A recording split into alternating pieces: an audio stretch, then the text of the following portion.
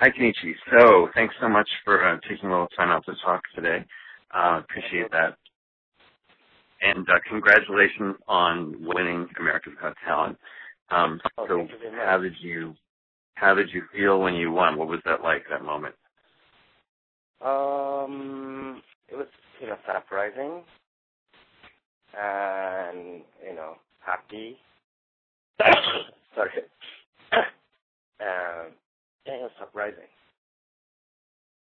So you didn't expect to be the winner? No. Because I rated myself like third or fourth in the final. So I'm sorry, you didn't think your performance was quite as good as it could have been? Is that what you said, or? Yeah, my final performance, in the finals, my performance wasn't good, obviously. So I was like, why?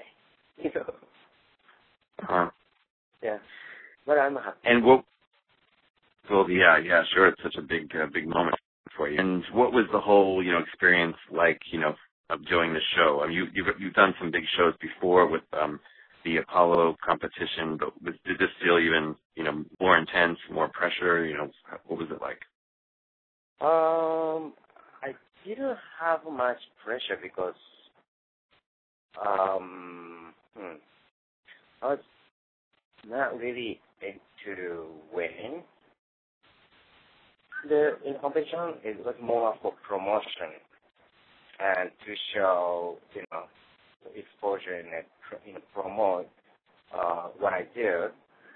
And if I, really wanted to win, so I would have done different performances. I see. So you were just kind of Oh, go ahead. Sorry. Yeah, but my main purpose was promoting myself as a director too, not as only performer. So I was trying out a lot of performance that I did was the kind of experiment performance and the new stuff that I wanted to do. So trying to, get people, who would help me in the future. I see.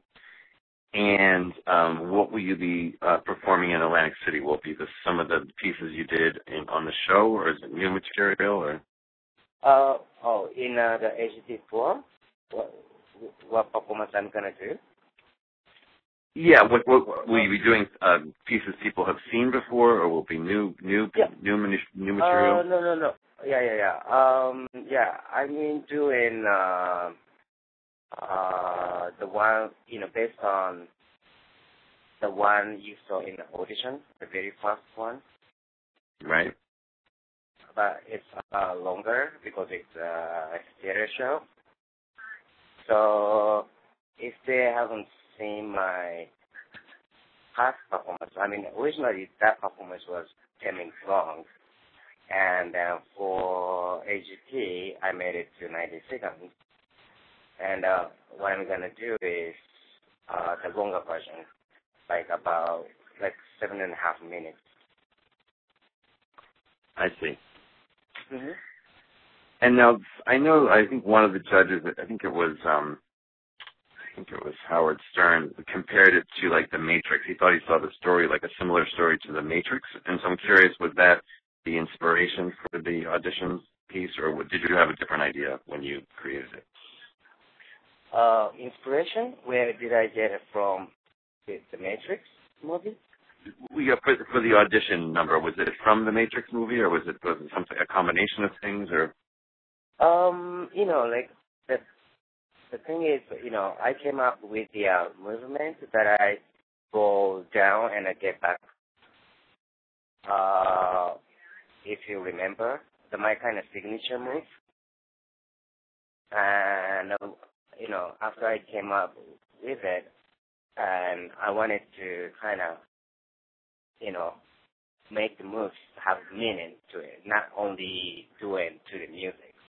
So then, the Matrix movie reminded me, the Neo, the character who did a kind of similar kind of concept. So I made up the scene. Looks like, Matrix movie. Right. For using my signature move and to make it look better than it is. Instead of doing only the moves, the music, just dancing, just do the moves, it's not impressive. So I want to make it to look better. To do that, what I did was I used the movement in the story line. Mm-hmm. So it the movement itself gets some meaning to it. And you describe what you do as dance-ish, your style of movement. And so, can you talk about just generally what some of your inspirations are? I guess some martial arts. And I thought I saw a little Michael Jackson, in your moves. Can you tell us what inspired you to create this form? Yeah. Basically, I did a dance-ish because what I did was not really dancing, and I'm not good at dancing, and I'm not good at even martial arts or magic tricks. I'm not good at anything. I'm okay, but I'm good at how I present those materials, how I put those materials together. That's my strength. So if I do the only dance, I can do the only dance, but it won't be expressive. And if you notice that people recognize me as a more dancer, that's why I kind of, introduce myself kind of dance performance. But if you look back to watch my performances, always my performance contains dance, only 10 or 20% for my performance. Even audition, I really dance just a couple seconds. Not all the other stuff is either mime or, like physical kind of acrobatic stuff or the movement. It's not really dance. So that's why I call it, dance-ish. So, Right. Yeah, and whenever the people, whatever the parts that people like about my performance, it's not the dance part. People never get excited or, cheer or applause when I'm dancing. It's always when I do magic tricks or special effects or kind of trick movements. That's what they like. Do you understand? Yes. No, I do understand. Yeah. And do you always have some kind of a story with whatever movement piece you're working on? The story? Yeah, every routine you do has some kind of a story that you're trying to, in your head or. You mean? I'm sorry. Right now I'm on the bus and it's a little bit hard to hear. Say that again? I'm sorry, I didn't hear what you just said. Okay, so basically, how do I come up with a story, or like, am I thinking on it? Yeah. How do you come up with the stories for each time you perform, each performance? We know the stories. Where do you get the stories from? It's different sometimes from movie as this like Roto Matrix. Sometimes in the daily life. Sometimes the people playing video games. Sometimes for the last performance, it was not really a story, but more like a theme, and I wanted to show the characters different style of dancing and different type of the characters, the personalities.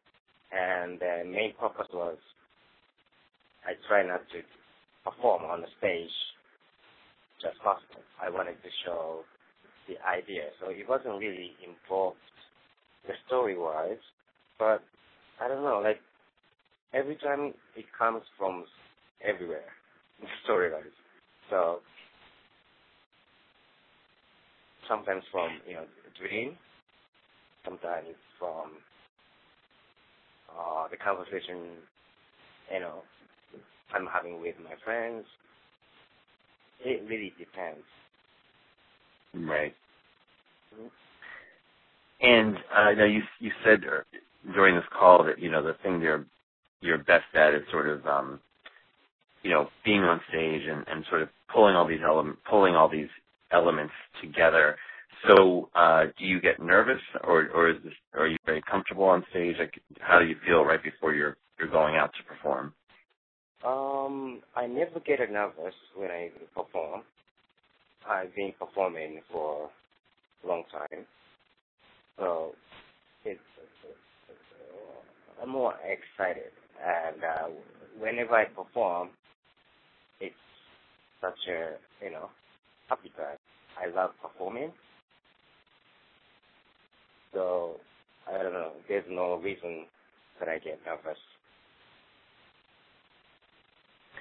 And I read that you've done some private parties for Madonna, Simon & Cowell, and I guess there's been a lot of celebrities probably that you've met. So how has that been to meet these famous people and interact with them? Yeah, obviously. What about it? Like, what is it like for you to meet them? Yeah. What is it like? Yeah. What's the experience like when you meet them? Actually, it's just a part of the job, and Madonna, it was, it's fun, and I didn't know about the Simon Cowell. Met, how to famous people interact.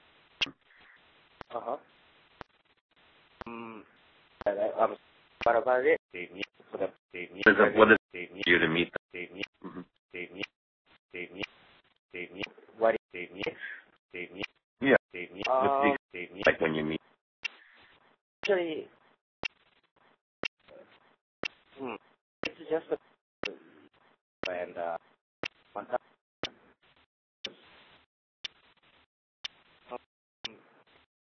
it's fun, and you know about the Simon. Met, how to famous people interact. What about it? What is you to meet them? What is? Yeah. What's the like when you meet? Actually, it's just a and it's fun, and you know about the Simon. Met, how to famous people interact. What about it? What is you to meet them? What is? Yeah. What's the like when you meet? Actually, it's just a and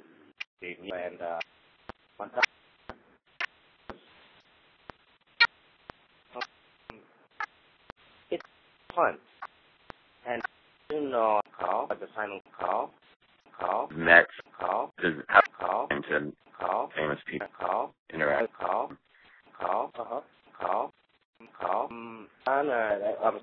about it? What is you to meet them? What is? Yeah. What's the like when you meet them? Actually, it's just a and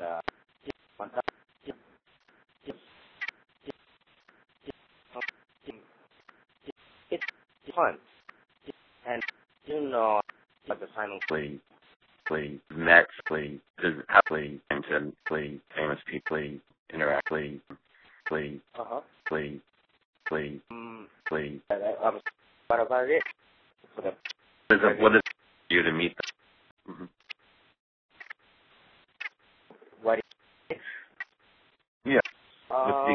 Like when you meet. Actually, it's just a